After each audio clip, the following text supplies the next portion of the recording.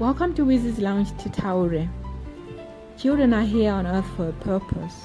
They are here to follow their dreams. But are they sure about their dreams when they're young? Just like grown-ups, children do change their decisions now and then. So it is parents and caregivers' responsibilities to pave a way for children and give them tools they need to follow their dreams. I had a great opportunity to sit down and talk with Tanya Muzinda. Tanya, international motocross athlete, was only 8 years old at the time. She came with her dad. Here's what she had to say. I ride a super bike and my mom had a quad, so I wasn't really allowed to ride those bikes, so I wanted my own. So one day we just went to see if I really liked it. How old were you? I was 5 years old. Okay. So when we went, I started liking it from there. So every morning I go to my dad and ask him, when are we going to buy the bike? Until after a lot of months, after school, we then went to the bike shop, and then I saw my bike at the back of the boot. Oh, really? Was it like a birthday present or any present? No, I was coming from school and it was like the last day of school. Oh, wow. So, And then you just started riding. You trained her. Yeah, I did train here, yeah, because basically one of my friends that I used to ride with the super bike, his son, at the track, so he was the only guy there, yeah. There were other guys that, they not that they were not friendly, but you'd rather have me there, and we laugh, and we, got common stories.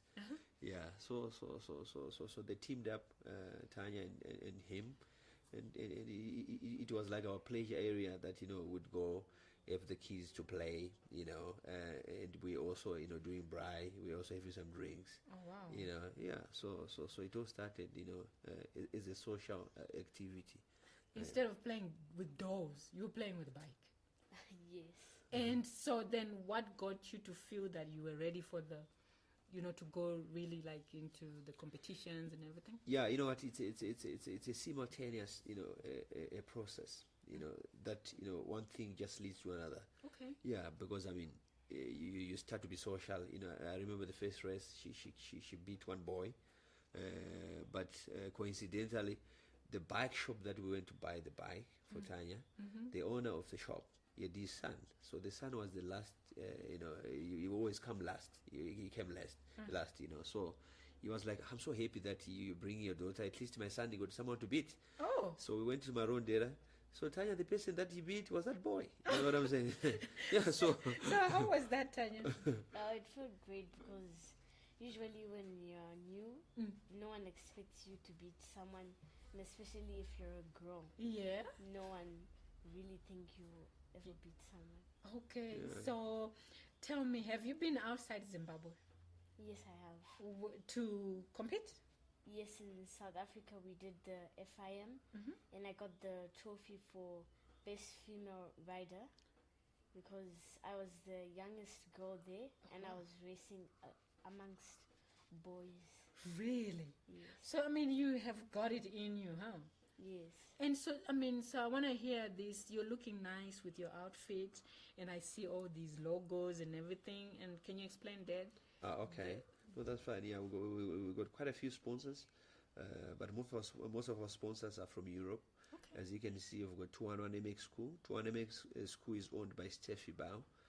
Steffi Bao is 3 times world champion, women's world champion. She's also 7 times Italian champion, and I think almost 8 times USA champion. So Steffi Bao is Tanya's international manager. She's based in Tallahassee, in Florida. Okay. So she's the one who owns that school, and Tanya is signed to that school for the next couple of years before she becomes a champion, or, hopefully. Okay. And we've got Motu. Motu is here. It's here. Yeah, Okay. Motu, they are the sole distributors for Motu lubricants, the oils, the bikes, they use oils. It's based here in Zimbabwe, but it's a French company. Okay. And there we've got also Kosov. Kosovo is an Italian NGO. It's up there. Oh, that's the one. Yeah, it's an NGO. They also have been helping Tanya a lot. And you see there's a European Union flag there. Yes. Yeah, because Tanya is an honorary ambassador for Zimbabwe to European Union for gender, sports, and development. So Tanya, ambassador at your age, how does that feel? I mean, what do you do as an ambassador? As an ambassador, I'll be inspiring the young children that you can do anything. The sky is the limit. Even if it's a male-dominant sport, you don't need to put that in your mind. You just have to do it. Oh, wow. So that's what you do. You just go out there. You don't even think. You don't even worry about it. Yes. Wow, that's an ambassador right there. And you guys are gonna go to Vic Falls. Yeah. For Tanya to be, she's an ambassador. She's an ambassador. Yeah, she's been invited by Love for Africa. Oh. There's a guy called Blessing. He picked up Tanya's story. Yeah. I think he picked up the story where she was invited to give an inspirational speech or talk by the tech women of Zimbabwe, because they were having a conference. They'd invited tech women USA from Silicon Valley. Oh wow! Yeah, so she gave quite an amazing touching, an amazing story. Yeah. So Vic Falls. So Vic Falls, yeah, there are 2 schools there. I'm not yet in the know to say which schools exactly. Yeah, but there will be 2 schools. So we'll get our bike to Vic Falls, and the Vic Falls girls and boys will be able to see Tanya really with the bike, not on TV or on newspaper. Wow, that's cool. And Tanya, so you will be giving speeches. Yes. Yeah. Do you write your speeches down yourself, or does Daddy help, or how do you do that? I do it myself, and then I will read it, and then my dad will correct my grammar and the meanings. So you stand there and you can actually da da da da da. This is Tanya, and I have a dream. Yeah, you have a dream. Yeah. So how do you do with friends at school? I mean, how many friends do you have? Well, I can say my whole class. Oh, wow. So that's kind of a lot of friends. I mean, how do you have time for them? Like, you're one person, remember? How do you divide the time for each and every one? Well, we play together as one class. We sit for lunch and breakfast. Oh, really? And then, we spend a lot of time together as one class. So you're one of the cool people in school? You can say that, but I don't really. So, I mean, you know that usually people who are cool, who are popular, some of them, they bully other people, and do you do that? Not at all. Not at all? No. I mean, what do you think about bullying? I think it's bad because you'll be showing off that you're famous and you're better than others. So I don't think that's right. So you know that you're not better than others. No. And it's cool to be you, right? Yes. But it's cool to be other people too. So I mean, like, when they look at you, don't they think, oh, Tanya on a bike? What? Don't they say that? Yeah, usually when something comes out of the newspaper or TV, the whole school will know, and it will be put on the newsletters. Oh, really? And yes. So you are an inspiration for sure. So it's good you're an ambassador. So at home, I mean, yeah, we know you're a cool person at school, but at home, I mean, how do you manage your homework, going on a track, and all those things? Mommy and Daddy, do they have to run after you and say, Tanya, you have to do this, or how do you do that? Well, after school, when I'm done with my homework, I ask if we can go to the track and practice.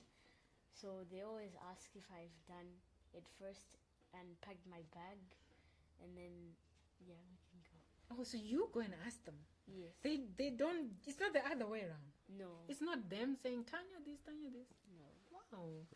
And I mean, at home, I mean, how many children do you have? We've got 3 kids. 3 kids. And Tanya is the first one. Tanya is the firstborn, and she's got a sister and a brother. And are they into biking too?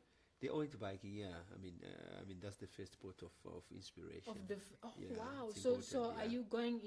Are you going on the track with them? The whole family? The whole family, yeah. We actually poised to go for a European tour for 2 months during the summer break.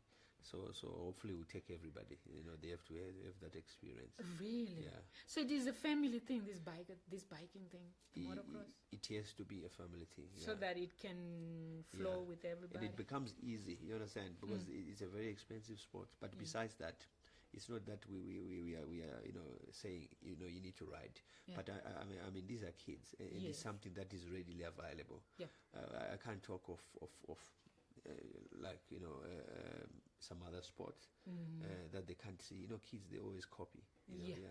So I remember Tanya's young sister. He asked me, but why is that Tanya is always in the newspaper? But because I was busy. Wow. And then I later realized that she needed an answer. Wow. So I had to get some other time to then explain to her that okay, she's in the newspaper because this is what she's doing. So you see already they're inspired already. They say okay, fine. So we need to be like Tanya, so that we can also be in the newspaper. And not just be popular, but it's important that you've got that impact in the community. You can make a difference in the community. It's important. So Tanya, how are you with your siblings, your sister and your brother, right? And the brother, and how are you relating with them? How do they come to you and say, Tanya, I want to bike. I want to be on the bike. Yes. So what do you say? So I teach them, like when we go to the track together. Wow. I teach them some of my tricks. Really? Yes. So you're really a good sister. So this family is amazing. I like you guys. And Tanya, do you like hats? I know you love helmets. That's your thing. But do you like hats? Like just hats, different hats and stuff like that? Not really. Not really? No. I mean, have you seen Michael Jackson? Yes. Don't you like when he used to have that hair? Yeah, I think it's pretty cool. So Tanya, I've seen your helmet. You love your helmet so much. I think it's like one thing that you always have with you for some reason, but which is a good reason. So now picture this. Your eyes are closed, right? Yes. You take your helmet, and then just before you go on your bike, it's before a race. Tell me how that feels. You've got your helmet on. What's going on? Well, on the start line, when I was still getting prepared, I have butterflies in my stomach and I start shivering, but my dad gives me words of encouragement and I start feeling better, and then I start to enjoy the race. Okay. And you're already are you on a race? I mean, how do you picture, what do you see when you have your helmet on? What are pictures coming in your head? I picture me on my bike on the finish jump in the air with my hand up in the air as number one. Yeah. Number one. And also, what's the other feeling? Describe to us, how is this feeling when you're on your helmet, when you have your helmet on? I feel free. I have the ability to go somewhere, and it's a bit squashy and sweaty too. Okay. And the helmet, tell me a bit about the helmet. Is it inside? How is it inside? It's soft and fluffy, not really fluffy. It has stuffings inside, so it kind of squeezes your head, and when you come out of there, you have some lines. Oh, really? So does it squash your head? Yes, it does. So it makes it really hot. Oh, okay. But you're used to it, huh? Yeah. Okay. And so now you're riding, and there's all these people on your bike. How many people do you see? I see plenty of people. Okay. What are they saying or doing? They'll be cheering me up, and which makes me much happier, and I go much faster. Okay. And then there are people also. Do you have people racing with you, or are you by yourself? I will be with other people. And how many people? Let's see, about 15. Okay. And are Are you in front or are you in the middle or how is it? I'll be close to the front, like in third place, fighting with the second place to get into the second. So I'm in the lead. Okay. And when you're doing that, how are you feeling? I feel very confident that I'm gonna beat him, and eventually I will. And eventually you will. You know it in your heart that you're going to beat him, huh? Yes. Okay, so now you get to you're close, you're on the finishing line. How is that? Did you beat him? Yes, I would have beat him, and I would have that victory joy in my body. This is Wizzy's Lounge TITAURE. Keep loving, keep living, keep believing. Think like a creative entrepreneur. My time, my choice. Living to love.